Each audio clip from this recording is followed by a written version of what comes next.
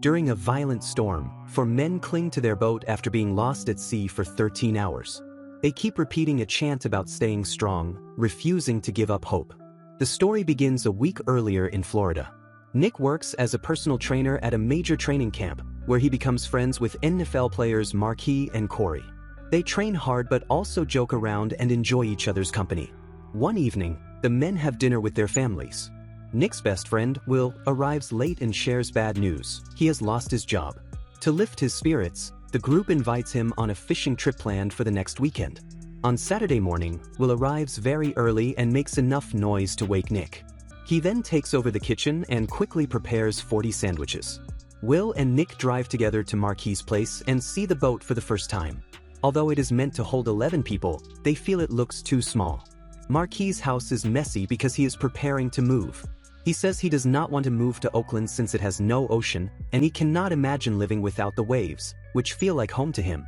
Still, his job gives him no choice. After Marquis says goodbye to his family, the group heads out. At the pier, they talk about the weather after hearing about a coming storm, but they believe they will return before it arrives. They place their phones in plastic bags to keep them dry, even though they know there will be no signal at sea. Will feels uneasy, but Marquis reassures him that the boat has a radio. A few hours later, Nick's mother wakes up and sees the storm on the news. She tries to call Nick to warn him, but he does not hear the phone because the men are talking, fishing, and playing music. They fish in one area for a while, then move farther out to try another spot. After 4 hours, Corey catches a large fish, while Will's fishing line gets tangled on the boat.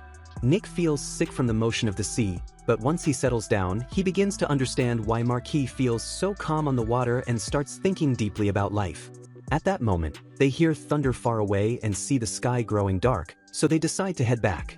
Corey tries to lift the anchor, but it moves only for a few seconds before getting stuck.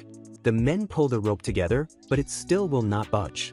As the thunder gets closer, they tie the rope to the boat and Marquis starts the engine. The weight of the anchor makes the boat tilt, and water begins to pour in, yet the anchor remains stuck. Suddenly, a huge wave crashes into the boat and throws all 4 men into the water. They fight the strong current until they resurface and realize the boat has flipped over. Struggling against the waves, they reach it and try to turn it upright, but they fail. Will realizes the anchor may be holding it down, so Marquis dives under the water and rubs the rope against the propeller until it snaps. Even after that, the boat still will not flip back over.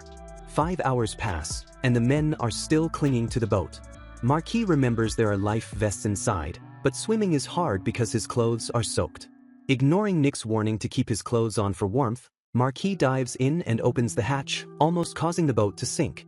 He comes back up with 1 life vest and Will retrieves the rest. Marquis also brings up flares, while Corey searches for food but finds nothing.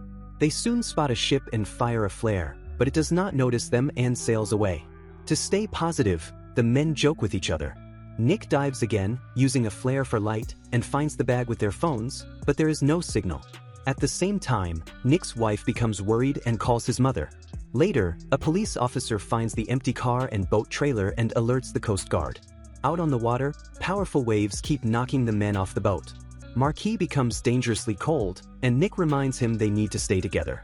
The storm seems to calm for a moment, but then another massive wave hits and separates them again. Marquis cuts his leg, and the cold begins to affect his mind. After 10 hours at sea, Marquis grows very weak and starts hallucinating. Even though Nick tries to help him, Marquis eventually slips off the boat and disappears into the dark water. The Coast Guard increases the search after the families share GPS information, but the storm and poor visibility make it very difficult to find them. As the struggle continues, Corey grows exhausted and eventually disappears into the water. Only Nick and Will are left. Sharks begin circling the boat, drawn by the fish they caught earlier. With nothing else to do, the 2 men talk about faith and survival, repeating their chant to stay strong. The search is temporarily paused because of the storm. Nick and Will tie themselves to the boat so they won't be swept away. After 24 hours, Will dives into the water to get food and returns with pretzels and a drink. They think they see land and try to swim toward it, but the waves force them back to the boat. After 30 hours, Will's mind starts to break down. In a tragic moment, he removes his life vest and is carried away by the waves, despite Nick's desperate attempts to save him. Now alone, Nick drifts for hours, haunted by the memories of his friends.